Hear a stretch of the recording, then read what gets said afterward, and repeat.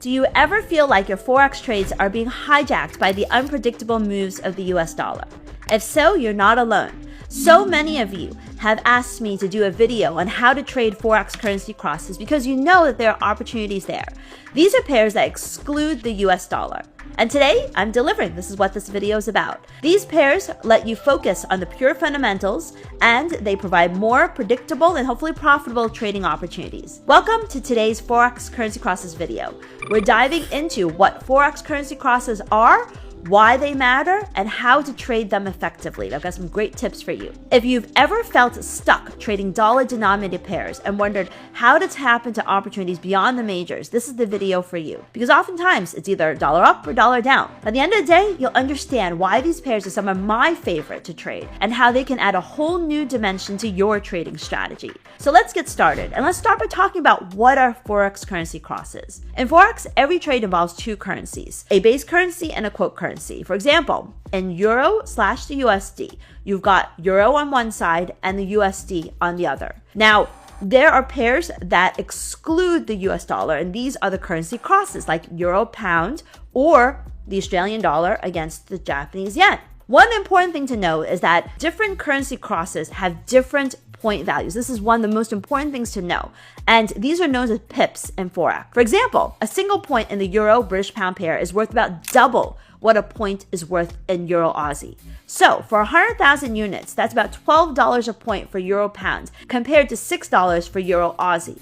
Knowing this is absolutely important because it can make a huge difference when you calculate your potential profit target, your stop, how much you're willing to risk, and where you want to put your levels. Now, luckily, many platforms do the work for you and they show you how much these points are worth. And if yours don't, I've actually included a link to Simple Calculator in the description of this video. But I cannot stress the importance of understanding point values because it is the key to properly sizing your trades and managing risk effectively. I mean, pound yen might seem like it has huge moves compared to Euro Pound, but then Euro Pound point values are much bigger than pound yen. And that's not something that many traders know right off the bat. So if internally you say to yourself, I've got a $500 maximum loss that I'm willing to take per trade, then one of the important things to know in relation to this is that a $500 maximum stop per trade is actually more points or pips in Euro Aussie than Euro Pound, for example. So if you've got a $500 stop in Euro Pound, it's going to be fewer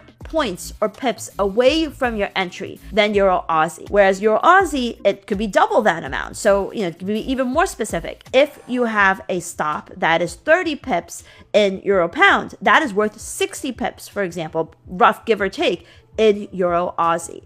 And so you have more leeway. And that is why understanding the pip values and the point values is one of the most important things, the first thing that you need to know about trading currency crosses and position sizing. And once again, in the description of this video, I've included a link to a pip calculator. So if you want to learn how to trade currency crosses, this is the first thing that you need to know. Now, here's why currency crosses could be a game changer. Most traders focus on the US dollar pairs, where the dollar's performance and the demand for dollars can completely overshadow everything else. For instance, even if the euro is weakening for a variety of reasons, if you also have US economic data weaken, you can actually see the euro dollar rise in value. And this may be confusing for some traders and be tough because if you're looking for a purely fundamental based trade, you need to look outside the US dollar. And that's where the opportunities in currency crosses come in. These pairs let you eliminate the dollar's influence and focus solely on the unique dynamics between the two countries and currencies that you're focusing on. For example, if you're trading Euro Pound, it allows you to directly compare what's going on in the Eurozone compared to what's going on in the UK, which country is performing better, which central bank is raising or cutting interest rates, and which one is not. So this allows you to do this without the interference of the US dollar sentiment. Now, to trade currency crosses properly and profitably, you need to understand a few things. Number one, volatility. Some crosses like British Pound against the Japanese yen or Euro Aussie are known for big moves, and they are perfect for traders who thrive on action. But remember, higher volatility means higher risk, so you always need to use disciplined risk management. The second thing is timing. Different sessions favor different currency crosses, and this is very important. During the Asia session, pairs like Aussie-Swiss and Kiwi-CAD tend to be more active, while in the London session, you may see Euro-Pound and Euro-Swiss be more active. I always talk in many of my videos about the importance of timing, because timing your trades properly can make all the difference between winners as well as losers. The third is trending versus range-bound pairs. If you love trends, you love to trade big extended moves, then the Euro crosses like Euro Aussie, Euro Kiwi, or the Yen pairs like Aussie Yen you might want to look at. If you like to trade ranges, Euro Pound, Euro Swiss, Aussie Kiwi may be better for you. So you want to tailor your strategy to match the pair's behavior. My trading partner Boris always likes to say that no one trades currency crosses better than I do. And while I'm certainly that's not true, and there are plenty of people who try to trade it better, crosses are indeed my favorite and my most profitable pairs to trade.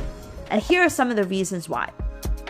Now, you may also know that I trade the New York and Asia Open. And in the Asia Open, the Euro crosses are my bread and butter. They're incredibly trending during the Asia session, often moving fast and hitting my profit targets in that same session within an hour or two of my entry. So let me show you how they work. This is an example of Euro Aussie, one of my recent trades and one of my favorite pairs to trade. On this day, we actually have very weak Australian GDP numbers at the Asia Open. These numbers came out at 7:30 p.m. New York time. And that triggered a breakout and a zip buy signal, which is my strategy. And that's the white candle with the green background. This is the perfect setup because it combines fundamentals with technicals, the cornerstone of my trading strategy. As you can see in the Euro Aussie chart, the currency pair rose steadily throughout the Asia session into the European Open with very little retracement. This is the type of clean, sustained move that makes trading Euro crosses so rewarding during the Asia session. And this is actually a small move. And often, the easiest pairs to trade are the Euro crosses during the session. These crosses are particularly great for day traders or swing traders during the Asia session because the dynamics are so clear, and usually you're either right or wrong. Either you're right and it continues to go, or you're wrong and the direction is wrong and you're going to get stopped out. Here's why. In Asia, there's typically no European news flow. This creates one of two scenarios. Either the euro holds steady, doesn't do anything, and the market bids up the Aussie or Kiwi based upon what's happening in those countries. Or the euro moves based upon positive, negative news flow of the New York session, and the commodity currencies do not move at all. Both scenarios could lead to big, predictable moves in euro crosses during the Asia session. And these pairs often, as I said, trend strongly, and they'll hit my profit targets in the Asia session itself. And if it moves against me, I'm probably wrong, period. And I don't have to stay in the trade for very long. And even if I have to carry the trade into the European session, more often than not, the trend continues, making Euro crosses a reliable choice for me. The New York session offers more and different opportunities, particularly involving the Canadian dollar and the Japanese yen. Here, I like to focus on the continuation trades that capitalize on trends that began during the Asia or the European sessions. For example, if Euro yen surged overnight due to strong Eurozone data, that momentum will oftentimes carry into the early New York session before US data is released, giving me a nice window to trade before the US economic data hits. With that said, here are some other things you need to consider when you are trading currency crosses. The first is that you need to stay on top of fundamentals. Crosses rely on understanding the economies behind each currency. Keep an eye on what the central bank is doing. Are they talking about cutting interest rates or not? What's the economic